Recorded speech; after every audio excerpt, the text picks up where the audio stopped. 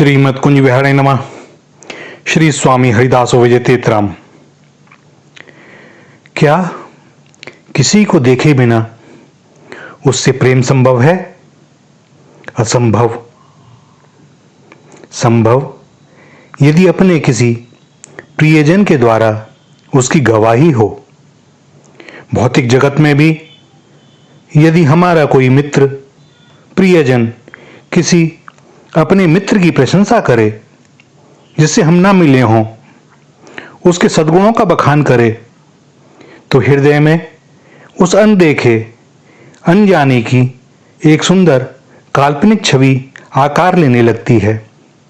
और यदि वह प्रशंसा अनवरत सुनने को मिले तो उसके दर्शन मिलन की उत्कंठा जागृत हो जाती है। किंतु अभी उत्कंठा ही जागृत हुई है। यदि मिलन ना भी हुआ न भी हो तो कोई विशेष अंतर नहीं पड़ता।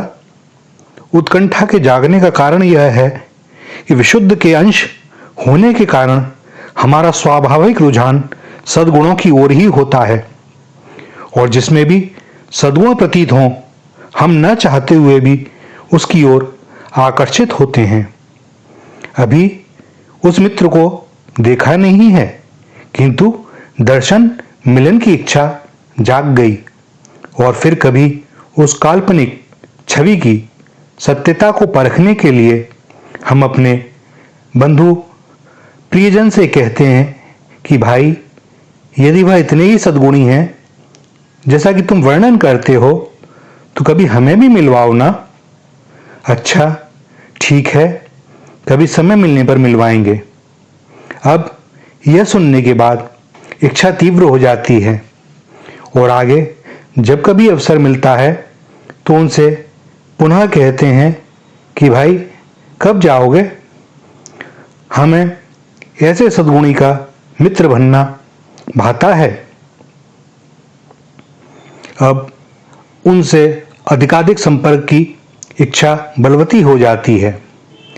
बहुत प्रतीक्षा के बाद जब दर्शन मिलन का सौभाग्य मिला और जो सुना उससे बढ़कर पाया, तो लगा कि सज्जन तो वैसे ही दुर्लभ हैं।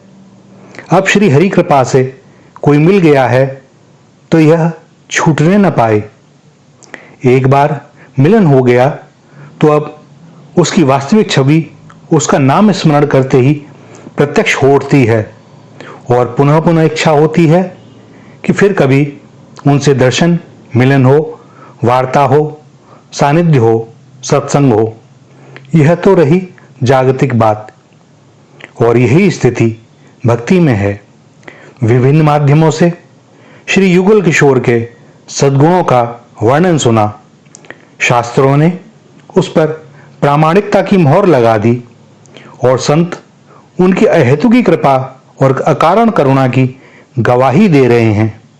बार बार सुनते सुनते उन अकारण करुणा वरुणालय के अप्रतिम सौंदर्य के दर्शन की, उनके प्रेम को पाने की लालसा हृदय में जन्म लेती है।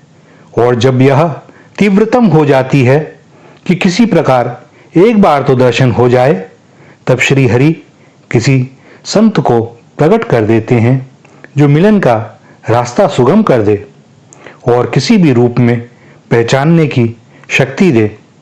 क्योंकि होता यही है कि समय समय पर श्री हरि विभिन्न रूपों में हमारे सामने आते रहते हैं, किंतु हृदय में बसी उनकी काल्पनिक छवि के अनुरूप ही हमारी खोज होने के कारण हम समय पर उन्हें पहचान नहीं पाते।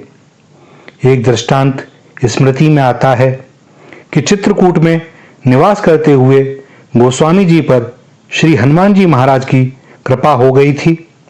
गोस्वामी जी के सामने श्री राम जी अन्य रूप धरकर आए, किंतु गोस्वामी जी पहचान ना सके। गोस्वामी जी ने पुनः श्री हनुमान जी से प्रार्थना की कि प्रभु श्री राम जी के दर्शन तो कराइए। अब कि जब श्री राम जी आए तो हनुमान जी ने संकेत दिया, चित्रकूट के घाट पर भई संतन की भीड़, तुलसीदास चंदन घिसे तिलक देते रघुवीर। कृतकृत्य हो गए गोस्वामी महाराज। मुस्कुरा उठे श्री राम जी। हो गया मिलन। संत हमें वह दृष्टि देते हैं कि हम परमात्मा को पहचान सकें, क्योंकि अगाध प्रेम के वशीभूत होकर श्री हरि तो किसी भी रूप में हमसे मिलने के लिए चले आते हैं, किंतु हम उन्हें पहचान नहीं पाते। कैसी विलक्षण बात है कि चिंतन से ही आत्मा आह्लादित हो उठती है कि श्री हरि जब कृपा करते हैं तो संत मिलते हैं, और संत जब कृपा करते हैं तो भगवंत मिलते हैं। भगवान ही संत को कृपा करके प्रकट कर सकते हैं, और संत ही भगवान को प्रकट करने में सक्षम होते हैं। अन्यथा दोनों ही हैं, सब समय हैं, परंतु गुप्त आवरण में। गुरु, संत, रसिक और भगवंत, इनमें कोई भेद है ही नहीं। किसी पात्र पर विशेष करुणा हो जाए तो पर्दा उठाकर दिखा देते हैं। देखना कभी